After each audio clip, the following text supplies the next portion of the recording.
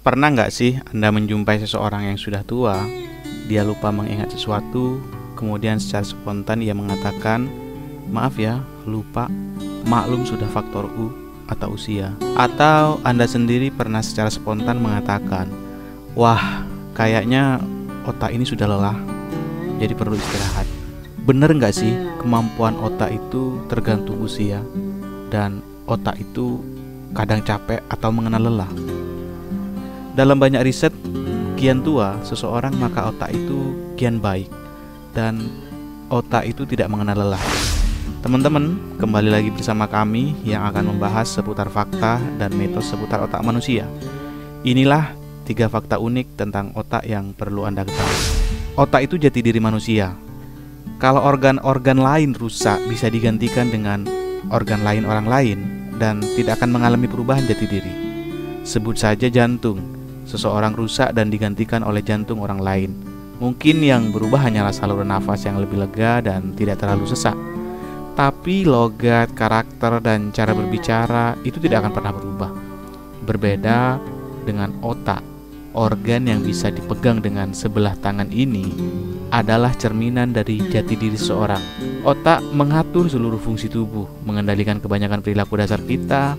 Otak juga bertanggung jawab atas semua kegiatan kita, harapan-harapan kita, pikiran kita, emosi kita, dan kepribadian kita semua berpusat dan dimulai dari otak. Setelah ribuan ilmuwan mempelajari selama berabad-abad, hanya ada satu kata untuk menggambarkan tentang otak, yakni menakjubkan. Inilah satu-satunya organ yang tidak bisa kita cangkok dan kita tetap adalah diri kita sendiri. Semua keajaiban otak itu tidak serta-merta lahir dari ruang kosong, tapi butuh intervensi dan usaha kita secara sistematis dan intens setiap hari. Layaknya otot, otak juga butuh kebugaran, perawatan, dan pemeliharaan agar terus mengalami perkembangan secara maksimal.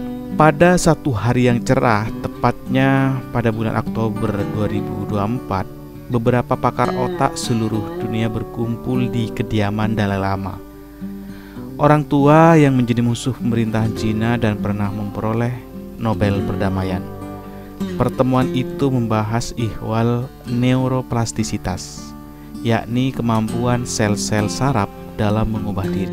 Menurut Dalai Lama, yang kemudian disetujui oleh para periset, otak bukanlah elemen tubuh yang statis, yang sudah jadi, sehingga tidak bisa dirubah.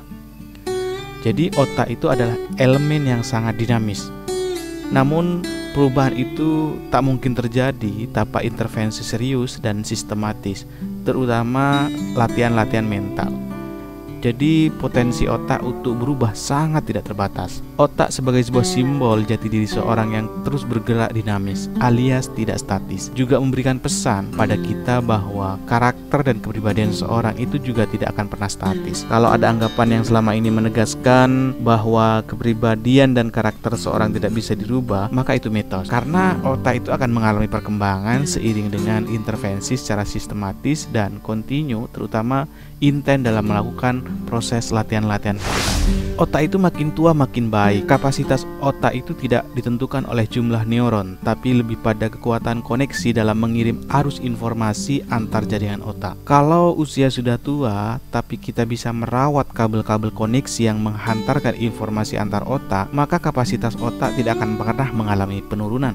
Merawat informasi itu tak ada kaitannya dengan usia, tapi ini adalah proses latihan mental yang intens. Bahkan Jalaluddin Rahmat secara lebih ekstrim mengatakan, kalau diberi waktu yang cukup, otak tua yang sehat itu lebih baik daripada otak muda yang sehat. Dalam otak tua ada istilah kecerdasan terkristal, yakni kumpulan pengetahuan terspesialisasi selama bertahun-tahun yang berasal dari pengalaman hidup dan memerlukan bank memori yang besar, kemampuan verbal, dan penilaian yang lebih canggih.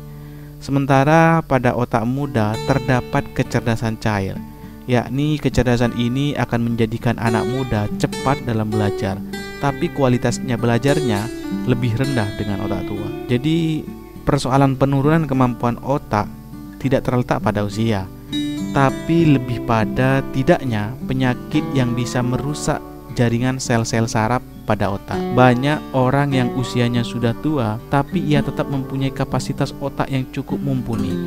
Dan tak sedikit pula orang yang masih muda, tapi mempunyai penyakit, maka ia akan mengalami gangguan otak yang serius.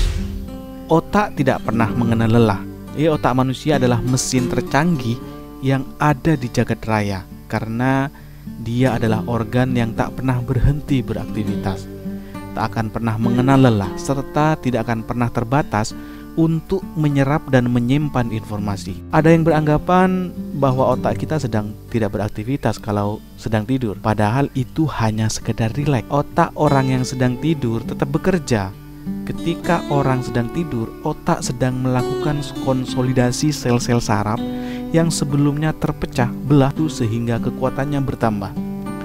Bagi sebagian orang, ada juga yang beranggapan bahwa otak yang terlalu padat menyerap informasi akan membuat kurang konsentrasi.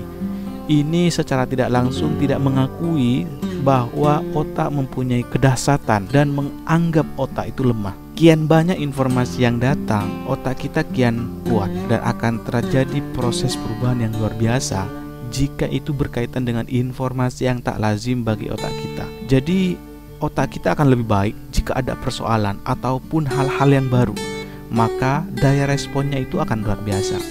Kalau sesuatu yang sudah terbiasa datang dalam otak kita, maka yang terjadi adalah spontanitas atau pengulangan dari sel-sel yang sebelumnya sudah pernah ada. Jadi tidak ada istilah lelah atau letih dalam otak kita. Otak kita itu sangat dahsyat dan mengandung beribu-ribu potensi yang belum terfungsikan. Para ahli otak sebagian besar mengatakan bahwa kita ini hanya memakai 20-50% dari potensi otak yang sesungguhnya. Jadi masih banyak potensi yang bersemayam dalam otak kita yang belum difungsikan sepenuhnya. Kalau masih banyak sel-sel yang belum difungsikan, mana mungkin otak kita akan mengalami kelelahan.